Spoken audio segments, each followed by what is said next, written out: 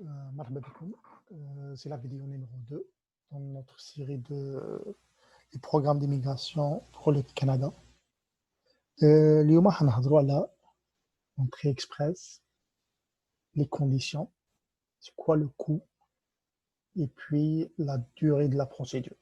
Le dernier point, ça se peut qu'on n'aura pas la bonne information parce qu'avec le Covid-19, vous allez voir sur le site, ils indiquent que vraiment l'information elle n'est pas à jour, et ainsi de suite. En tout cas, les informations que je vais vous donner, c'est vraiment du site officiel du ministère des Migrations du Canada. Au niveau du coût de la procédure, je ne parle pas des frais de un consultant, un avocat, peu importe ça, on ne parle pas de ça. Les habidir avec un avocat ou avec un consultant, ou قادر على les frais تاعهم, allez-y, ça va vous faciliter peut-être la procédure, mais ça ne va pas impacter votre dossier. C'est-à-dire, c'est clair et net sur le site du ministère, c'est indiqué que si tu fais appel à un consultant ou un avocat ou un spécialiste en immigration, ça ne veut pas dire que tu vas gagner du point ou tu vas avoir accès facile à ton visa. Maintenant, c'est quoi les conditions pour l'entrée express? On va y aller directement sur le site du ministère. Je vais le mettre dans la description du vidéo. Les 6 critères de sélection. Programme des travailleurs qualifiés, fédéral, entrée express. Donc c'est clair. Là, on parle juste de ce programme-là. ولازم نديروا في بالكم بلي هذا البروغرام ما حاش تروحوا به للكيباك، حتروحوا pour le reste du Canada, c'est-à-dire le Canada anglophone. Donc الناس اللي حابه تروح للكيباك, c'est pas le bon programme. Le bon programme, ça va être AREMA. On va parler de ça dans une autre vidéo. Là, c'est bien indiqué qu'il faut avoir 67 points pour dire que voilà, je peux déposer, je suis admissible. Les 67 points, il aime 67 points, moi je vais te dire une chose. Soit tu vas améliorer, dans les 6 critères, il y a un des critères que tu peux améliorer, par exemple la langue, par exemple les diplômes, faire un autre diplôme, l'expérience professionnelle, ainsi de suite. Mais si tu n'as pas 67 points, je ne vais pas dire 66, mais si tu as 55, 60, là, il faut vraiment ne pas déposer. Parce que tu vas avoir juste du stress de attendre et à 99%, ça va être une réponse négative. Donc, ça, c'est mon conseil. Comment sont calculés les points pour les 6 critères? Donc, point sur les compétences linguistiques, point pour les études, point pour l'expérience de travail, l'âge, et pour aussi, si tu as une offre de travail, une offre d'emploi. Donc là aussi, il y a des points. Et puis, la faculté d'adaptation, aussi, il y a des points. Le premier critère, ça va être les compétences linguistiques. Là, tu peux avoir 28 points. كاين des points تجيبهم l'écriture, la lecture, la compréhension orale, et puis comment tu parles, c'est-à-dire la langue, au niveau du dialogue. كيفاش يحسبوا هما les points?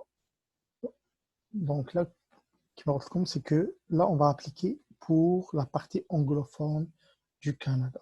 Je peux dire que je suis un francophone, mais je veux y aller au Canada, ou j'aimerais y aller au Canada anglophone, il n'y a pas de problème. Par contre, là, لازم تجيب عندك au minimum niveau 7 pour la langue que tu vas considérer principale, soit l'anglais, soit français. Et lorsque tu as le niveau 7, le NCLC, c'est le niveau de compétences linguistiques canadiennes, ça c'est pour le français, et CLB c'est pour l'anglais. Donc dans tous les cas, il faut avoir un minimum de 5, niveau 5, peu importe la langue. Donc, si tu as moins de 5, là, tu n'auras pas de points, ça c'est sûr. Maintenant, qu'est-ce qu'ils disent? Pour la langue principale, si dans l'expression orale, compétence de l'oral, et puis lecture et écriture, tu as un niveau 9, par exemple pour le français, donc là tu as 6 points, 6 points, 6 points, 6 points, donc ce qui vous donne 24 points. Bad, par exemple, tu as aussi un bon niveau en anglais, et tu as un niveau 5. Donc là, peux avoir les 4 points qui sont là. Donc tu as déjà 28. Tu peux faire ton calcul aussi sur cette base-là. Tu peux mélanger latin 6, 5. Donc ça, pour l'évaluation, vous devez passer un test de langue approuvé. Lorsqu'on clique ici, tu as ce test-là. Pour le français, TCF. Et puis pour l'anglais, tu as ces deux types de tests. Donc là, il faut passer un de ces tests-là pour montrer votre niveau de langue.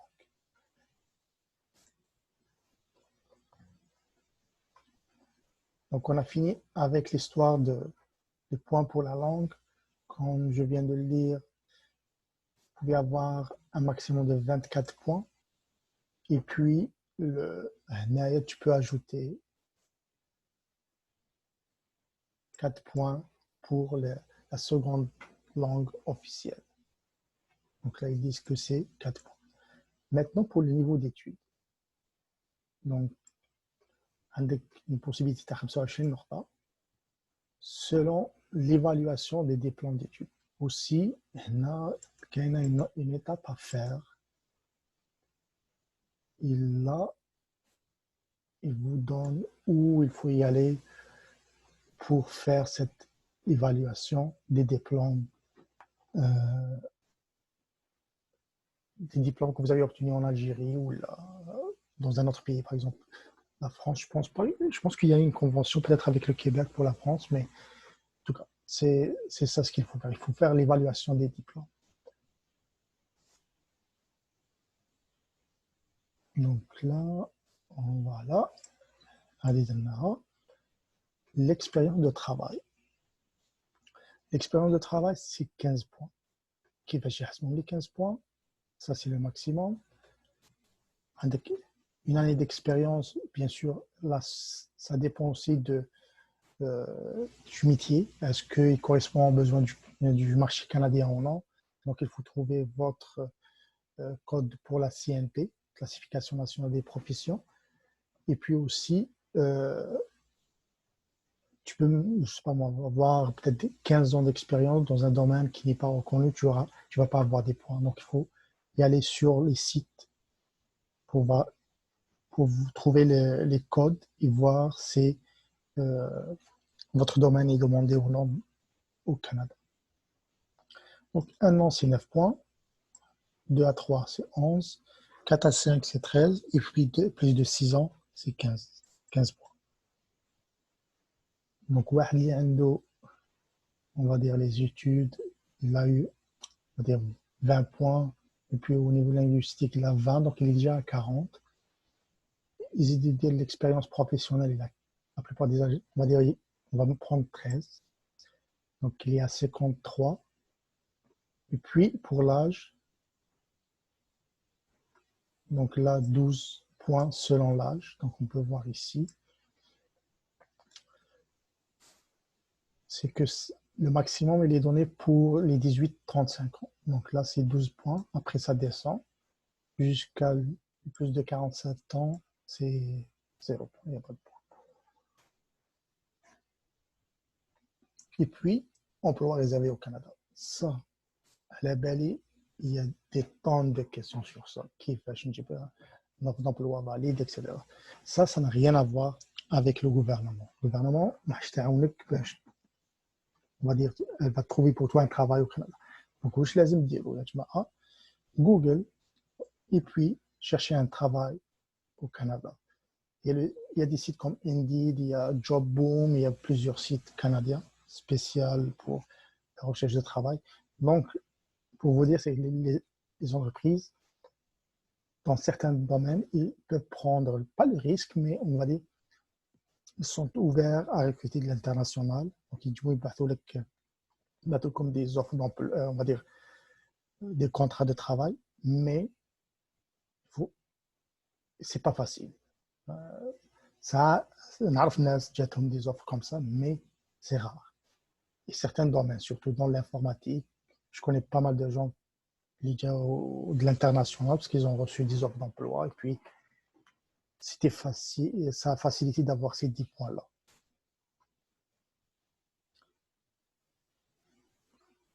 Donc là, aussi, la faculté d'adaptation. Ça aussi, on va dire, si tu appliques, tu as une famille, tu appliques avec ta femme, tes enfants, ou tu appliques avec ton mari et tes enfants, donc là, ça va aussi ajouter des points. Par exemple, là, niveau de compétences linguistiques de votre époux conjoint de fait, c'est 5 points selon le niveau. Vous le dire ici, c'est quoi le niveau? Si vous avez des études au Canada, soit pour vous, soit pour le conjoint ou l'époux, votre travail intérieur au Canada, si vous avez la chance d'un emploi inscrit, etc. Et puis, emploi réservé encore au Canada, aussi ça, vous voyez, ça revient encore. Et puis, membre de la famille au Canada, donc là, aussi 5 points. Vous ou votre époux que vous de faire un nombre de familles qui, puis au Canada, âgé, puis c'est ça les conditions, soit un parent, soit un grand-parent, un enfant, un petit enfant, ainsi de suite. Donc, je ne vais pas y aller vraiment en détail, mais là, c'est clair. C'est que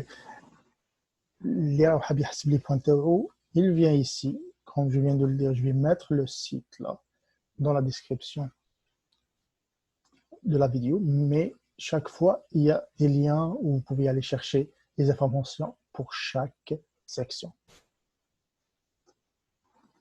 Maintenant, il y a aussi la possibilité de faire ça. C'est quoi? C'est que vous avez vu, vous avez plus de combien? 67, 68 points.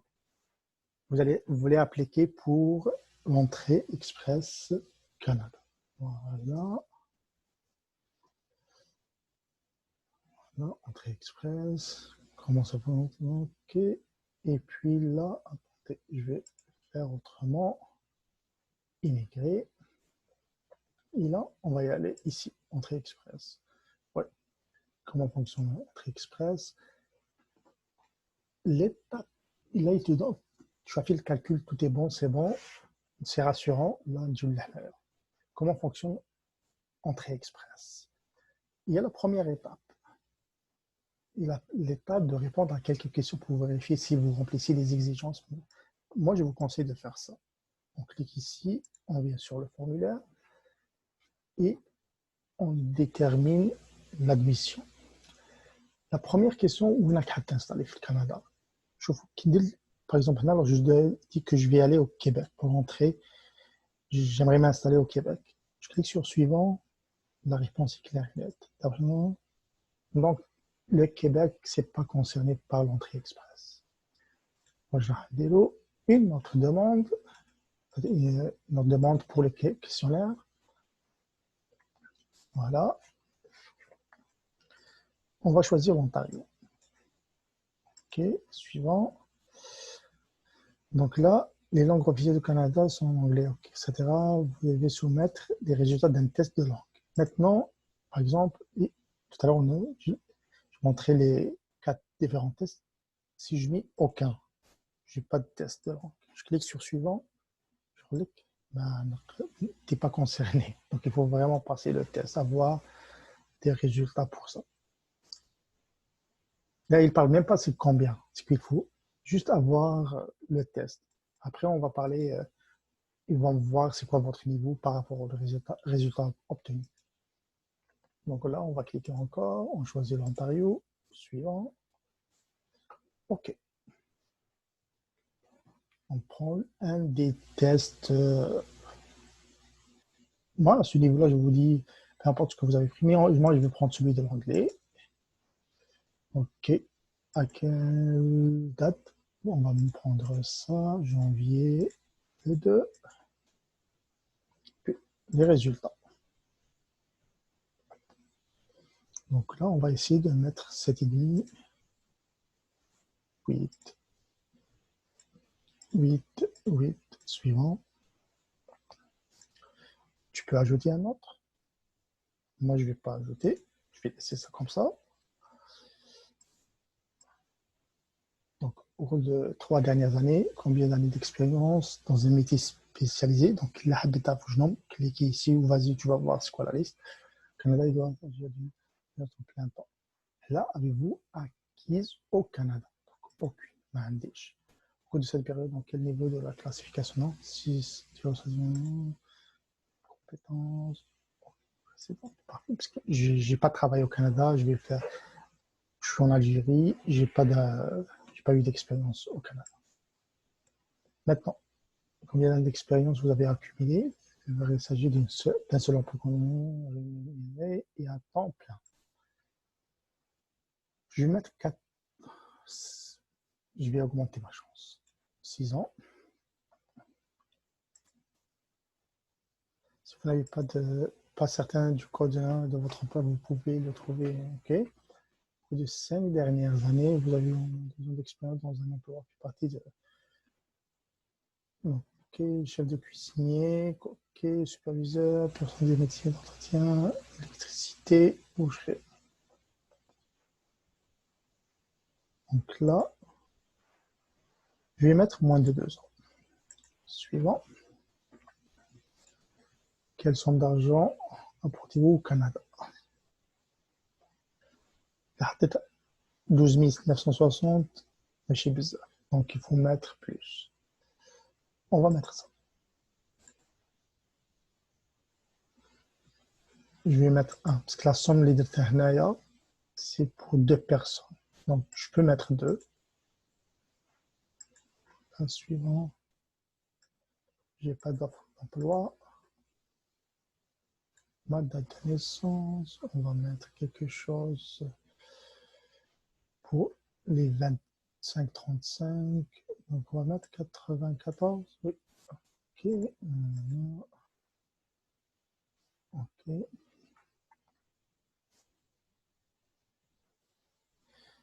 Pour les études, je vais mettre diplôme universitaire, deuxième cycle, postdoctoral, après 3 ans d'études. OK.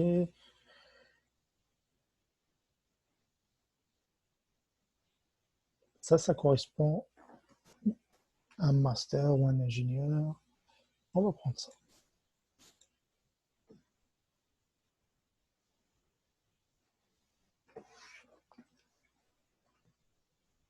T'as aucune des réponses. J'ai un membre de ma famille. OK. Ça va aider ça. OK. Quel est votre état marié? Suivant. Oui.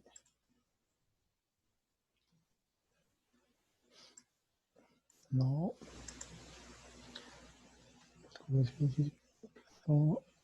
Non. On n'a pas étudié.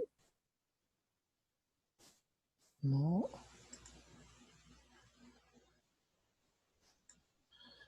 On va dire qu'elle a passé aussi le même test que moi. On l'a passé en même temps.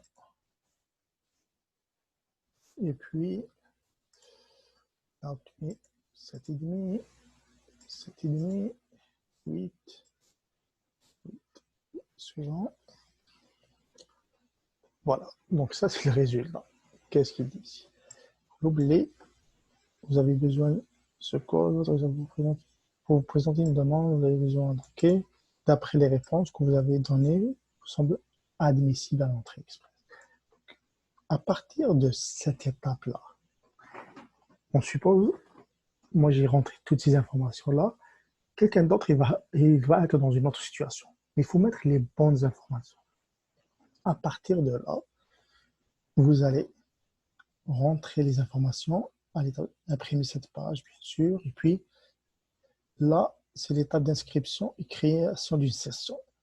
Et à partir de là, vous allez avoir les étapes jusqu'à l'examen du profil, examiner votre profil et puis soumettre votre profil. Après une soumission de votre profil, vous, vous verrez une page confirmant que votre profil a été bien soumis. Il y aura aussi d'autres renseignements sur les étapes suivantes. Donc à partir de là, la demande est envoyée. Il y aura un délai pour le traitement, ainsi de suite. Donc, j'espère que j'étais clair sur cette étape-là.